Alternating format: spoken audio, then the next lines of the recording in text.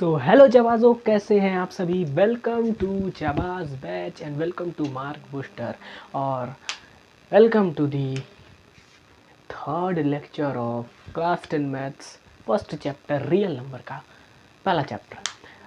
First lecture second lecture में हमने LCM HCF उसके वर्ड प्रॉब्लम्स कई सारे क्वेश्चन बहुत सारी चीज़ें करी हैं।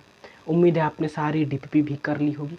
ठीक है, कोई डाउट रहा होगा कोई दिक्कत नहीं। संडे को भी आने वाला जो संडे है 13 को, संडे को अपन क्या करेंगे उस डाउट को क्लियर कर लेंगे। ठीक है, आज के इस लेक्चर में क्या करेंगे, प्रूफ ऑफ इरेशनैलिटी। कि भाई कोई चीज़ इरेशनल है, प्रूफ करना है। पूछ देता है, इस बार भी आया था, हर बार आता है। भाई प्रूफ करो √5 इज़ इरेशनल, प्रूफ करो √3 इज़ इरेशनल। इसका एक मेथड होता है। अगर आपने एक का जान दिया ना तो √3 √11 √3 √11 √4 √8 जो भी कहेगा आप उसे प्रूव कर सकते हो। √4 तो रैशनल होता है, सॉरी √4 नहीं है ना। तो √2 हो गया, √3 हो गया, √5 हो गया है ना, √7 हो गया, कुछ भी आप उसे प्रूव कर सकते हो। तो ये एक तरीका होता है। उससे पहले मैं एक चीज़ बताना चाहता हूँ आपको, रैशनल नंबर होता क्या है। रैशनल नंबर क्लास 9 के पहले चैप्टर में पढ़ा था क्या, कि रैशनल नंबर वो नंबर होता है जो कि p/q के फॉर्म में होता है, जहाँ पर ये दोनों को प्राइम होते हैं, या फिर कह सकते हो कि इनका कोई कॉमन फैक्टर नहीं होता सिवाय 1 के। इनका एक ही फैक्टर होता है। फैक्टर जानते हो ना, 2 × 2 ऐसे पर लिखते थे। हाँ, तो इनका केवल एक ही फैक्टर होता है 1, और इनका कोई कॉमन फैक्टर नहीं होता प्योर क्यू का। और यहाँ पे q is not equal to 0 होता है। ठीक है, अब एक बात बताना, अगर q डिवाइड करेगा a² को देन q डिवाइड a। ये एक थ्योरम है। क्या कहता है थ्योरम, कि भाई अगर q डिवाइड करेगा a² को तो q a को भी डिवाइड करेगा। कैसे, देखो सपोज करो 2 डिवाइड कर रहा है 4 के स्क्वायर को। ठीक है, तो 4 का स्क्वायर क्या होता है 16, तो 16 को 2 डिवाइड करेगा फुल्ली, क्या होगा 8। ठीक है, तो क्या 2 4 को भी डिवाइड करेगा, हाँ करेगा, 2 4 को भी डिवाइड करेगा पूरा। यानी कि अगर q a² को डिवाइड करेगा तो q a को भी डिवाइड करेगा। समझ में आया। हाँ भाई 2 है तो 2 को डिवाइड करेगा, 2 को डिवाइड करेगा तो 2 को भी तो डिवाइड कर सकता है। हाँ बिल्कुल, तो इस तरह से तुम ध्यान रखना। ठीक है, अब कैसे प्रूफ करते हैं। सबसे पहली चीज़ √5 है। हम देखो ऐसी मानते हैं ना कि भाई बोला है कि ये प्रूफ करो कि ये मार्कर है। मान लो ये मार्कर नहीं है, तो अगर ये मार्कर नहीं है, सपोज करो कि बोलेगा ये मार्कर है, मान लो ये मार्कर नहीं है, और अगर ये मार्कर नहीं है इसका मतलब क्या हुआ कि ये लिखता नहीं होगा, लेकिन ये तो लिख रहा है, मतलब ये मार्कर है। तो इसलिए हम कॉन्ट्राडिक्शन से प्रूफ करते हैं। √5 प्रूफ करना है, मान लो लेट कर लो √5 इज रैशनल। भाई लेट कर लेता हूँ मैं कि रैशनल है, इरेशनल तो है ही ना, रैशनल लेट कर लिया। अब क्या, अगर भैया √5 रैशनल नंबर है तो हमने बताया p/q, तो √5 इज इक्वल टू p/q। यहाँ पे ये लिखना बहुत ज़रूरी है, where p and q are integers, q is not equal to 0 and are co-primes। ठीक है, वो तुम देखना, बहुत बढ़िया। ठीक है, अब देखो यहाँ तक कर लिया ना। इसके बाद हम लोग क्या करते हैं, इसके बाद याद रखो स्क्वायरिंग बोथ साइड, दोनों साइड स्क्वायरिंग करो, स्क्वायरिंग बोथ साइड करो तो √5 का स्क्वायर हो जाएगा, √5 का स्क्वायर p² दोनों और स्क्वायर कर दिया। ठीक है, अब एक बात बताओ मुझे कि भाई देखो √5 × √5 क्या होता है, 5 होता है। कभी भी याद रखना, दो सेम इरेशनल नंबर का प्रोडक्ट उसी नंबर रैशनल होता है। मतलब सपोज करो √2 × √2 क्या होता है 2 होता है। ठीक है, हाँ √3 × √3 क्या होता है 3 होता है। तो अगर 3 लिखा है तो तुम 3 को √3 × √3 लिख सकते हो। इसी तरह यहाँ पर 5 का होल स्क्वायर, 5 √5 × √5 तो होगा 5 की वैल्यू p²/q²। लो भाई, अब तुम्हें क्या करना है, अब q² को उधर ले जाओ, q², 5q² की वैल्यू p², दिख रहा है। अब देखो ये 5 को p² के नीचे लाओ तो q² की वैल्यू आ जाएगी p²/5। ठीक है, अब ये थ्योरम यहाँ लगाना, ये वाला थ्योरम कि भाई 5 p² को डिवाइड कर रहा है, मतलब 5 p को भी डिवाइड करेगा। तो वो यहाँ तुम लिखो कि here 5 divides p², therefore 5 divide p also, ठीक है।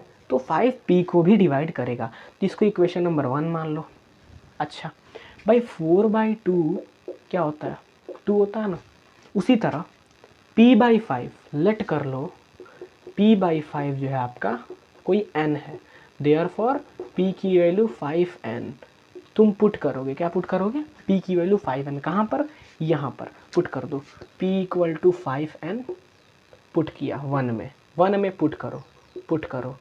अगर पुट करोगे p की जगह 5n, तो 5n का होल स्क्वायर अपॉन 5, दिख रहा है की वैल्यू q² तो चल ही रहा था। तो 5n का होल स्क्वायर क्या होगा, 25n² अपॉन 5 कटेगा, तो होगा 5n² की वैल्यू q², ठीक है। अब यहाँ कौन सी सिचुएशन बन रही है वो देखो, यहाँ सिचुएशन बन रही है इस 5 को अगर उधर ले जाओगे तो n² की वैल्यू हो जाएगा q² अपॉन 5। अब यहाँ भी ये सेम सिचुएशन बनी ना, हाँ। तो here 5 divides q², therefore 5 divides q also. इसको अपन इक्वेशन 2 माने थे नहीं माने थे, बिल्कुल माने थे। अब क्या करेंगे, लेट कर लो। क्या लेट करोगे, लेट कर लो भाई कि जो q/5 है वो m है, देयरफॉर q की वैल्यू 5m। निकल के आई 5n, बिल्कुल। तो यहाँ इसको इक्वेशन a मानो, इसको इक्वेशन b मानो। ये इक्वेशन a और b से तुम्हें क्या पता चल रहा है, तुम्हें ये पता चल रहा है कि p/q की वैल्यू 5n अपॉन 5m। भैया ये क्या हो गया, यहाँ तो 5 कॉमन फैक्टर आ गए इन दोनों का। भाई इसको क्या लिख सकते हो, 5 × m, n अपॉन 5 × m। तो ये तो भाई कॉमन फैक्टर आ गया, 5 तो कॉमन फैक्टर आ गया। हमें तो कॉमन फैक्टर नहीं चाहिए था, मतलब इनका तो कॉमन फैक्टर p/q का कोई कॉमन फैक्टर नहीं है सिवाय 1 के। यहाँ तो 5 कॉमन फैक्टर आ गया। तो यहाँ क्या लिखोगे, देयरफॉर दिस कॉन्ट्राडिक्शन, ये ध्यान रख लो ना, याद कर लो, this contradiction arise due to our wrong assumption that √5 is rational, ठीक है। देयरफॉर अगर रैशनल नहीं है तो क्या होगा, √5 इज इर्रेशनल। और ये है आपका पूरा का पूरा प्रूफ। अगर √2 बोल देता तो बस 5 की जगह 2 रख दोगे, सारा काम बन जाएगा। इसका पहले एक बार स्क्रीनशॉट लो, मैं फिर बताता हूँ आपको।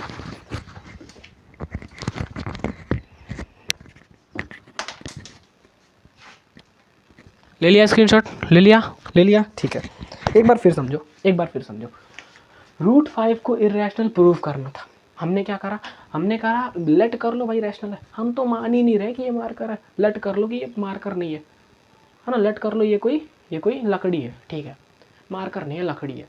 अगर लकड़ी होता तो लिखता नहीं, लेकिन ये तो लिख रहा है, इसका मतलब ये मार्कर है। इसीलिए हमने √5 को रैशनल मान लिया। बस अब रैशनल है तो p/q के फॉर्म में होगा, जहाँ पे p और q जो है को प्राइम्स होंगे। बहुत बढ़िया, स्क्वायरिंग बोथ साइड करोगे, याद रखना। तो यहाँ पे आओगे, ये सिचुएशन बनेगी। इसका मतलब तुम देखो भाई 5 डिवाइड कर रहा है p² को, तो 5 q² को भी डिवाइड, p को भी डिवाइड करेगा। तो यहाँ से तुम लेट कर लोगे p/5 जो है आपका वो कोई n होगा, है ना। p जब 5p को डिवाइड करेगा तो कुछ n देगा, ठीक है। तो यहाँ से तुम्हें p की वैल्यू 5n मिलेगी। पुट करोगे इस इक्वेशन में, ये वाला इक्वेशन था, इसमें p की वैल्यू 5n पुट करोगे तो तुम्हें क्या मिलेगा, तुम्हें मिल जाएगा ये सिचुएशन। अब ये सिचुएशन देख के तुम कहोगे भाई फिर वो रिपीट हो गया, 5 अब q² को डिवाइड कर रहा है, तो मतलब 5 अब q को भी डिवाइड करेगा। तो यहाँ पे फिर मान लो कि q/5 m होगा। तो तुम्हें ये वाला छोटा इक्वेशन 1 और ये वाला छोटा इक्वेशन 2, इन दोनों इक्वेशन तुम्हें क्या पता चलेगा, भाई ये तो 5 कॉमन फैक्टर है। ये क्या हो गया, 5 तो कॉमन फैक्टर आ गया जो कि नहीं आना था, अब आ गया। इसका मतलब क्या है, ये रैशनल नहीं है। ये याद रखो, this contradiction arise due to our wrong assumption that √5 is rational, therefore अगर रैशनल नहीं है तो √5 इज इर्रैशनल, ठीक है।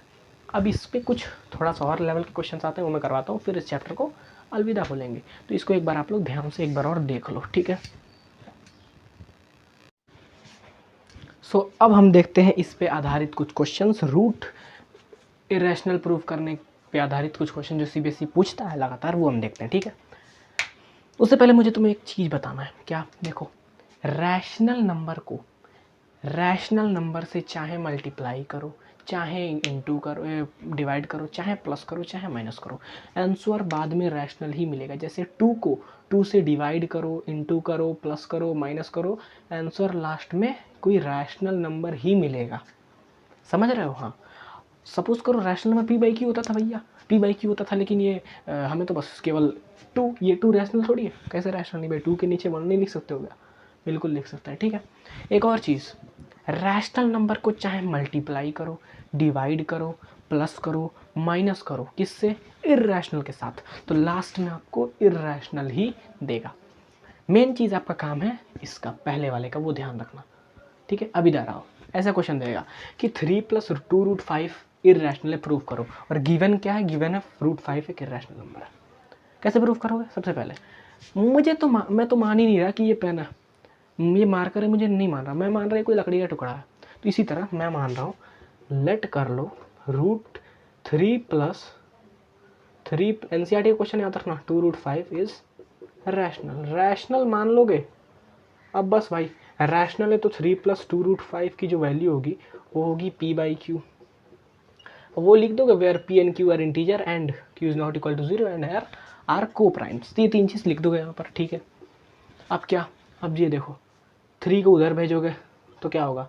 2√5 इक्वल टू p/q -3। ठीक है, क्या ये एक रैशनल नंबर हुआ? ये 3 रैशनल है, p/q भी रैशनल है, बहुत बढ़िया। तो माइनस करेंगे तो रैशनल ही मिलेगा। ठीक है, तो ये एक रैशनल नंबर हुआ। ठीक है, 2 को डिवाइड में ले जाओ, √5 की वैल्यू आ जाएगी p/q -3/2। अब तुम मुझे ये बताओ कि क्या ये भी एक रैशनल नंबर है? हाँ भाई, डिवाइड करा रैशनल को, ये रैशनल था तो रैशनल को रैशनल से डिवाइड करा, मतलब ये जो LHS है हमारा, ये सॉरी RHS जो है, RHS क्या है? RHS तो एक रैशनल नंबर है। हाँ भैया, और ये LHS क्या है? LHS तो एक इरैशनल नंबर है, मुझे गिवन है भाई, देखो यहाँ पर।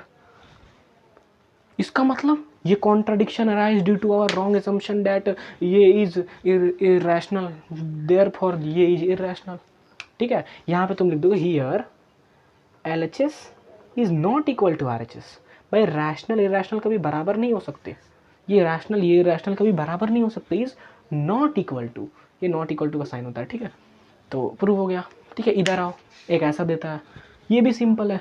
देखो, अभी कभी सिचुएशन ऐसी आ जाएगी कि ये तुम्हें नहीं देगा, कि भाई गिवन नहीं देगा √5 इरेशनल, जैसे यहाँ नहीं दिया हुआ है, तो क्या करोगे? पहले तुम लेट करोगे, let 7√5 is rational. Rational let करके वही 7√5 की value p/q and where p and q लिखना, लिख दोगे। अब यहाँ से तुम क्या करोगे ना, यहाँ से तुम प्रूफ करना शुरू करोगे। वो पहले √5 की वैल्यू p/q/7, ये इसको इक्वेशन 1 मान लोगे, और यहाँ से तुम √5 को इरैशनल प्रूफ करना शुरू कर दोगे। अब मान लोगे हियर इन LHS लेट कर लो √5 इज रैशनल। अब यहाँ से फिर तुम पूरी √5 की प्रूविंग करोगे। √5 की प्रूविंग करने के बाद यहाँ पे अब लिखोगे कि LHS is not equal to RHS, क्योंकि तुम्हें दिया नहीं हुआ है ना। अगर दिया हुआ है तो झिंगा लाला, और नहीं दिया हुआ है तो 5 नंबर का पूछेगा, 5 नंबर में तो कर ही लेना। ठीक है, नेक्स्ट चीज़, एक चीज़ ऐसी आपके एनसीईआरटी में ऐसा क्वेश्चन है, इसको तुम लोग घर पे ट्राई करोगे या मैं करा दूँ? मैं करा दूँ। देखो, तुम लोग रैशनलाइज का मीनिंग जानते हो? 9th में पढ़ा था रैशनलाइज। रैशनलाइज मतलब यहाँ नीचे 1/√2 है ना, इसको रैशनलाइज करना है, क्योंकि ऐसे तुम प्रूव नहीं कर सकते। ठीक है, तो रैशनलाइज करने के लिए 1/√2 को उसी नंबर से दोनों और मल्टीप्लाई कर देते हैं, ऊपर नीचे दोनों, है ना। अगर रैशनलाइज ऐसे करना होगा 1/√2 -1, तो जब मल्टीप्लाई करोगे तो माइनस प्लस में बदल जाएगा। यहाँ पे ये वाला माइनस नहीं, जब मल्टीप्लाई करोगे तो माइनस जो है √2 + 1 से मल्टीप्लाई करना पड़ेगा तुम्हें। लेकिन यहाँ पे ये कंडीशन नहीं है, यहाँ पे ऐसा है बिल्कुल।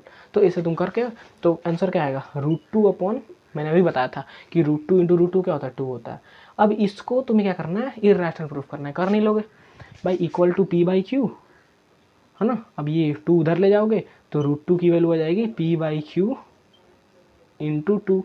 ये रैशनल, ये irrational, LHS is not equal to RHS।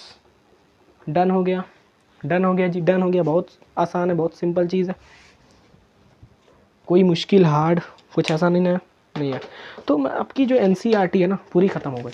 आप लोग एक बार देख सकते हैं, ट्राई कर सकते हैं। मैंने ये वाला क्वेश्चन भी करवा दिया, ये वाला भी करवा दिया, आपको ये वाला भी करवा दिया, ये वाला भी करवा दिया। तो एनसीईआरटी की ये वाली एक्सरसाइज पूरी खत्म हो गई। आप लोग क्या करेंगे, आप लोग जाकर एक बार ट्राई करेंगे एंड एग्जाम्पल के कुछ क्वेश्चन आपको डीपीपी में मिल जाएंगे। जाइए करिए, और वीकली टेस्ट में RS-RD के एंड मंथली टेस्ट में PYQ सारी चीज़ें मिल जाएंगी। तो यहाँ ये चैप्टर ख़त्म होता है।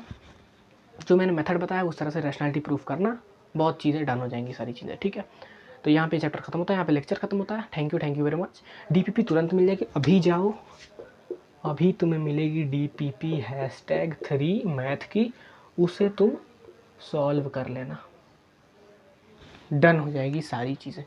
सॉल्व कर लेना, कुछ क्वेश्चंस बना के देखना, कुछ क्वेश्चंस ऊपर से ही देख लेना, काम खत्म, ठीक है। तो ये कर लेना, ये सारी चीज़ें तुम कर चुके हो, मैंने तुम्हें पढ़ा दिया, सारी चीज़ें खत्म। Thank you very much. चलते हैं, मिलते हैं नेक्स्ट लेक्चर में, बाय। सब्सक्राइब कर लेना।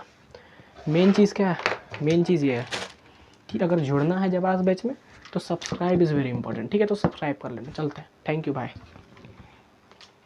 बाय। Thank you.